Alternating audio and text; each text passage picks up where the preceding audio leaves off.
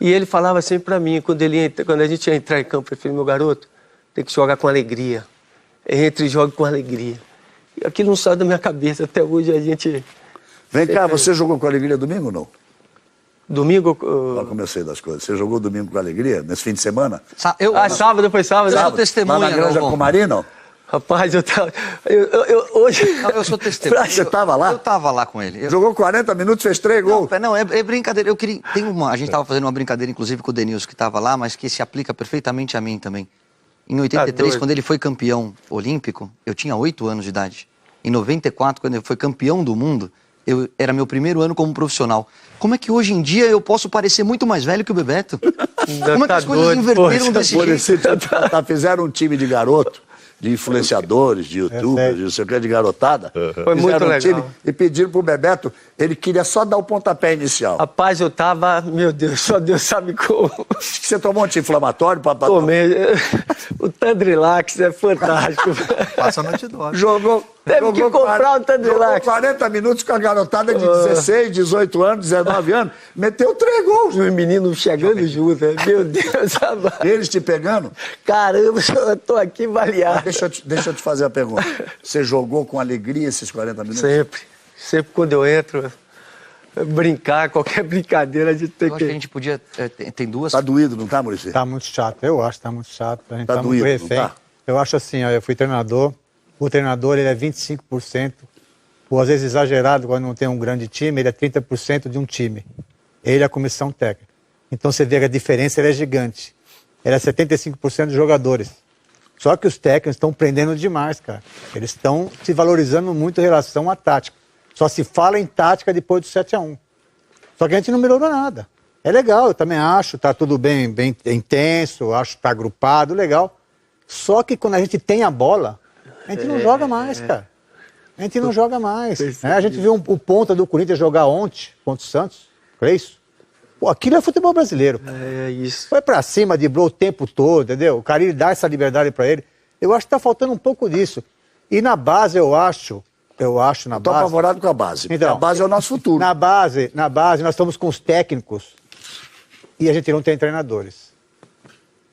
O treinador é o que treina. Opa, explica isso aí. O treinador treina, faz o dia a dia e tudo. O técnico é aquele cara que se forma aí.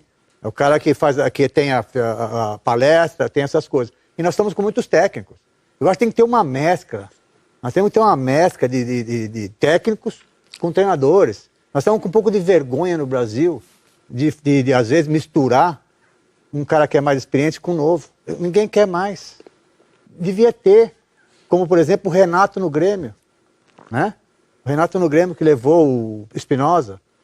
Então a gente tem que ter um pouco essa mescla. A gente não pode descartar totalmente as coisas. Entendeu? A gente não pode descartar. Então acho que está faltando um pouco isso. Então a gente tem muitos técnicos e poucos treinadores. Né? A gente vê a seleção jogar, como eu também vi, a 17 via outro também. É brincadeira, cara. Não dá, aquilo lá não é, sinceramente, não é o Brasil. Né? Então eu acho que a gente tem que rever. E tem que parar o futebol brasileiro. Tem que parar, fazer um evento lá, convidar todo mundo, jogadores, ex-jogadores, técnicos, imprensa, discutir o futebol brasileiro. O Bordão tem razão, não se discute o futebol brasileiro. O que se faz aqui? O único que fazia alguma coisa era o Parreira. Já não está fazendo mais, né? Que é aquele que no fim do ano não está fazendo mais. Não se fala mais de futebol brasileiro. Não se fala, igual o Bordão falou. Não interessa falar. Não interessa falar, porque vai gente lá... Interessa vender. Então, mas quem vai lá falar de futebol vai cortar isso. Claro. Então não interessa falar. Então é importante, né, o pessoal, a CBF principalmente, parar um pouco e falar de futebol. Vamos falar de futebol. A gente não fala mais de futebol. Eu estou te devendo 2 informações. O último título da Sub-17 foi em 2003, contra a Espanha, que a gente venceu por 1-0. 2003. E da Sub-20 foi em 2011. Gente, 2003. 3 gols do Oscar? 16 anos. Aqueles uma gols do coisa Oscar que a gente ganhava cada sub-20? semana. Eu acho que aquele foi... Sul-americano. Ganhava cada semana. Eu tive tanto... Eu me considero um privilegiado. Eu não me lembro quantas vezes fiz o Brasil sub-20 campeão do mundo. Algumas vezes. Em algumas gerações. A primeira foi na dele. Depois veio outro. Teve uma final que eu me lembro, o gol do... Ai, meu Deus, jogava no Vasco. de 1-0 na final. Eu fiz acho que o Jean, gol do Jean. Jean. Jean, Isso foi em 93 Eu fiz uns na 3 ou Austrália. 4 O Jean e o Ian. Fiz 2 títulos mundiais da seleção brasileira principal, seleção do em 94 e em 2002. Eu perdi a conta de quantos títulos mundiais de clubes eu transmiti. Eu estou angustiado. É verdade que os adversários evoluíram. A Europa evoluiu. O futebol sul-americano evoluiu. Mas nós estamos evoluindo. A gente não reconhece o futebol brasileiro. Esse que é o nosso drama. Nós estamos perdendo. Nós estamos ficando muito aquém do que a gente já jogou. Os adversários evoluíram e está mais difícil. Mas nós estamos indo para trás. Aí são lances da derrota por 3-0. Isso é uma derrota, lamentavelmente, histórica. Porque é a primeira vez que um sub-17 não passa de fase. Então não consegue ficar entre as 6 principais seleções da América do Sul. Só tem 10. Não conseguiu ficar entre as 6 principais da América do Sul. É o que eu disse na minha abertura. Os meninos correram, se esforçaram, se entregaram. Mas alguma coisa errada tem. O Muricy aponta um caminho que é, talvez, essa diferença de treinador e de técnico. O Bebeto fala em alegria. Pô, tem que... O futebol brasileiro sempre foi assim, de entrar para dar espetáculo e... todo mundo fala assim, mas o Brasil regrediu. Pô, eu acho que regrediu por isso. Pô, a gente tem que voltar a jogar o que a gente sempre jogou. A criatividade do jogador brasileiro, o improviso, aquilo que Caio falou. É isso aí, cara. Não podemos sair e depois ficar se espelhando no europeu. O nosso futebol, nós somos o único pentacampeão do mundo. Temos 5 títulos mundiais. E foi assim que a gente conquistou. Com o improviso, com a criatividade do brasileiro, do jogador brasileiro, com a alegria de jogar. E olha, Bebeto, o prazer de estar vestindo essa camisa, pô. Você jogou 2 finais de Copa do Mundo com 2 técnicos que tinham apego a esquema tático. Parreira e Zagallo. 2 espetaculares profissionais do futebol brasileiro. O Zagallo, para mim, é o maior técnico da história do futebol brasileiro. Para mim, é referência. E o Parreira é um vencedor, porque o Parreira foi campeão brasileiro, o Parreira foi campeão com o time do interior, o Parreira foi campeão brasileiro, o Parreira foi campeão do mundo, o Parreira grande treinador também. Ganhou tudo. E é o cara que mais dirigiu em Copa do Mundo, na história. Mas eram 2 treinadores apegados a sistema tático. Mas mesmo assim, as estrelas sempre tiveram liberdade. É isso que eu ia te falar. Ele se preocupava em... Em 70, ele juntou um time de estrelas. A pré-eleção da gente, sabe qual era a pré-eleção da gente? Estou dizendo as 2 finais que ele jogou, 94, 98. 94 com o Parreira e 98 com o Zagallo. Ele ia contar uma história, por favor. Não, a pré-eleção da gente, que o Parreira sempre falava isso, o importante é não levar gols, que Bebeto e Romário vai decidir na frente lá. Vamos jogar fechadinho, todo mundo um ajudando o outro ali, e deixa os 2 que os 2 vão decidir. Então, a liberdade que ele dava para mim e para o Romário,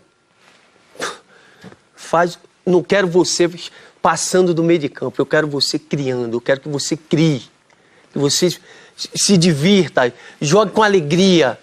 E é isso que a gente fazia. Até porque, Bebeto, a gente ouve muito assim que a seleção do Brasil é muito forte, então tem sempre um cara com 10, o adversário põe 10 lá atrás, etc e tal, tá sempre... Volta e meia a gente vai enfrentar mesmo seleção... A vida inteira eles jogaram contra 11 lá atrás. Só que, para furar esse tipo de bloqueio, é a jogada individual. Por mais que o esquema que você faça em triangulação... Mas é Romário é fez um gol individual. de cabeça É na o drible. Suécia. Né? Na Imagina. semifinal. E o gol dele contra os Estados Unidos. A forma com que a jogada vem individual, vem do Romário, e a entrada dele pela direita. Mas o Parreira, o Zagallo, ele dava essa liberdade pra gente. Meu filho, joga, crie. Eu quero que você crie, faça gol. Ele falava isso pra gente. Isso aumenta... É com vocês. Marcelo, imagino que isso aumenta a autoestima do jogador e a confiança dele em campo. E vem cá, existe até hoje, né? Os europeus vieram aqui e aprenderam com a gente, porque o Barcelona é jogo falando, posicional, é tic-tac, é a evolução do sistema tático, Messi e Suárez, né? No tal do terço final, como é que é? Bola no Messi, bola no Suárez. Que eles Quando vão tinha o resolver. Neymar, era Messi, Suárez E e Neymar. ainda. Aí então era um Trio abuso. MSN. Tá? Sabe Os três. Sabe o que me deixa preocupado? E eu lamento muito que a gente tem. E aí eu não estou falando de seleção brasileira, estou falando de uma maneira geral. Eu falo de uma maneira geral. Que futebol brasileiro. dificilmente a gente vai revelar novos bebetos. Sabe por quê?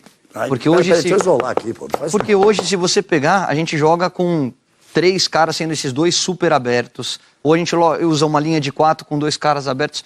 Na minha época, pô, eu tive o prazer Mais de jogar fácil ao pra lado do marcar, Romário. né? Eu fiz dupla de ataque com o Miller.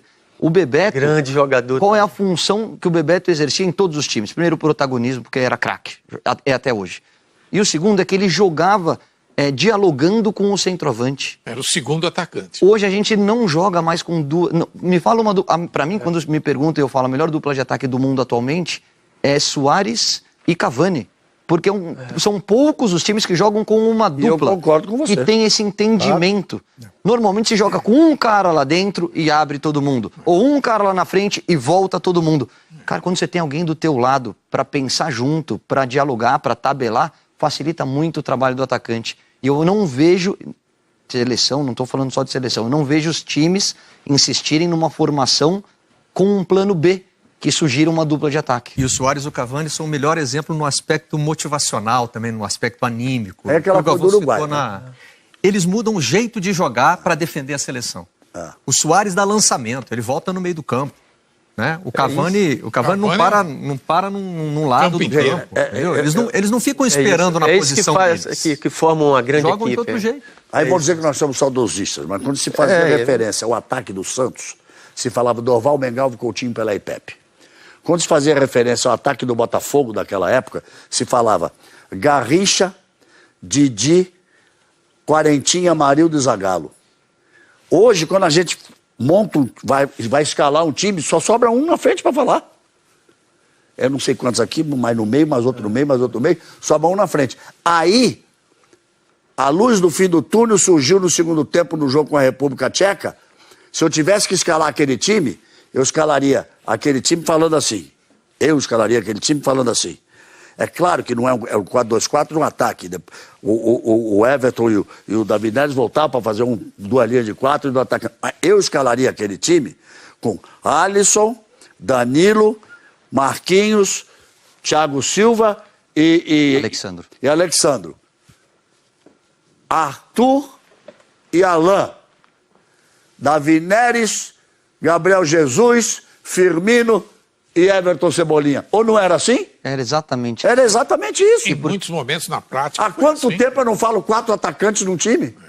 E aí, E aí a coisa funcionou. Por que o Firmino cresceu no segundo tempo, começou a ser mais participativo? Por que deu certo o Gabriel Jesus? Porque ele tinha com quem tabelar. Porque ele olhava para o lado e tinha gente perto dele. Eu acho que a gente está indo numa linha super bacana e só para diferenciar, são 2 aspectos. Um é fora do campo. E a gente que tem a oportunidade, Muricy também, de conversar com o pessoal da CBF, eles estão abrindo esse fórum de discussão e eles estão muito preocupados com a base, principalmente nesses próximos... Por exemplo, nós não temos seleção sub-20, um treinador. Essa é uma escolha que eles têm que tomar muito cuidado. Mas eles estão preocupados? O que eles estão fazendo, Caio? Eu não estou vendo. Então, mas é que o Caboclo acabou de assumir, né? Eu acredito... Não. Eles estão começando Ele vai assumir agora. Eu acredito muito no Caboclo. Também? Eu acredito muito. Nós Ainda tem o Branco que está retornando a divisão de base. O que eu acredito muito, eu acho que o Brasil vai reverter isso aí. Vão surgir novos nomes, eles estão trabalhando em formar uma comissão de notáveis. Vamos mudar, Vai mudar a diretoria. Não, é outra história. A dos notáveis vai ser legal. Hã? A dos notáveis vai ser muito A legal. dos notáveis, conversaram com você? Eu sei que conversaram com você. Eu acho que a gente vai ter uma melhoria assim que vocês vão ver. Muito provavelmente a nova direção assume no dia 9. Não esta terça-feira, amanhã da outra semana. Nós vamos discutir muito isso no programa da segunda-feira, que é a véspera, e nós estamos trabalhando aqui, João Ramalho por lá, eu daqui desde a Rússia, para trazer o Caboclo aqui, para que a gente possa cobrar todas essas coisas. Você vai poder falar com ele, Marco Antônio, para cobrar tudo. Vai ser um prazer, viu? Para poder cobrar tudo. Vem novidades por aí. Tomara. Eu espero que funcione. É urgente, né? Você vai gostar, Bodão. Mas Eu espero que funcione. Bodão, mas o outro lado Eu que quero aí, ver a prática. eu acho que você Você sabe o que é duro? É isso aqui, ó. Quer ver? Eu preciso terminar o primeiro bloco para a gente voltar. Isso aqui que é duro.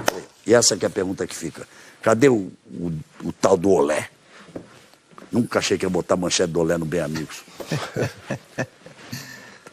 Se acabou o que se dava, a tradução seria: a fonte secou. E dói mais porque não é deboche, sabe? Não é deboche. Não é dói mais Foi o que eu disse no editorial da sério, abertura. né? É muito Sério? mais uma pergunta séria Sério? do que deboche. Muito sério isso. É sempre deboche. A fonte se esgotou. Não é a tradução ao pé da letra, mas pode ser traduzida assim. Tá certo, Bebeto? Você que viveu na Espanha? A fonte secou. Volta para o original lá. Volta para o original. Mas não secou, não. Eu acho que não secou, não secou, não. Não secou, não. Se olhar individualmente, os cada 17 das 20... Vamos responder isso na volta? E eu quero que você responda também na sua escalação aí. Não teve Lucas Paquetá, era a grande esperança, hein, Gão? Não, ele tinha saído do jogo. Não, de acertar o meio campo. Ele tinha saído do jogo. Não, você falou que se fosse escalar o time, era fulano, Nesse fulano, momento, fulano, não, o time que estava em campo, a forma de escalar, Mauro Naves, você não entendeu. Tá bom. A forma de dar a escalação... Você gostou, então, do Paquetá? A forma... Não, eu disse naquele jogo Próximo bloco. nesse momento para mim, nesse momento para mim, nós estávamos falando com o Casagrande Júnior, o Paquetá vai disputar a posição com o Felipe Coutinho. Pois é, eu achava que ele ser ia um dos resolver dois. o problema do camisa Porque 10 ali. o reserva do Neymar tem que ser o Everton Cebolinha, não pode ser outro. Ou pode ser outro. o Vinícius Júnior. Vinícius aí. Ou o Vinícius, ou então, joga aí certo. vai pelo outro lado. Gostei muito do David Neres. O David Acho que Neres. ele mudou. Campo que vai Nós estamos falando de escalar. vibrador aí só, né? É. Só de vibrador nós Mas estamos foi o que fazendo. né? mudou. É ótimo. É ótimo isso. Vamos fazer o seguinte, gente. Vamos voltar e vamos perguntar. Eu quero saber de vocês se acabou o que se dava, que é a tradução que a gente criou por aqui, é: será que a fonte se esgotou? Voltamos já.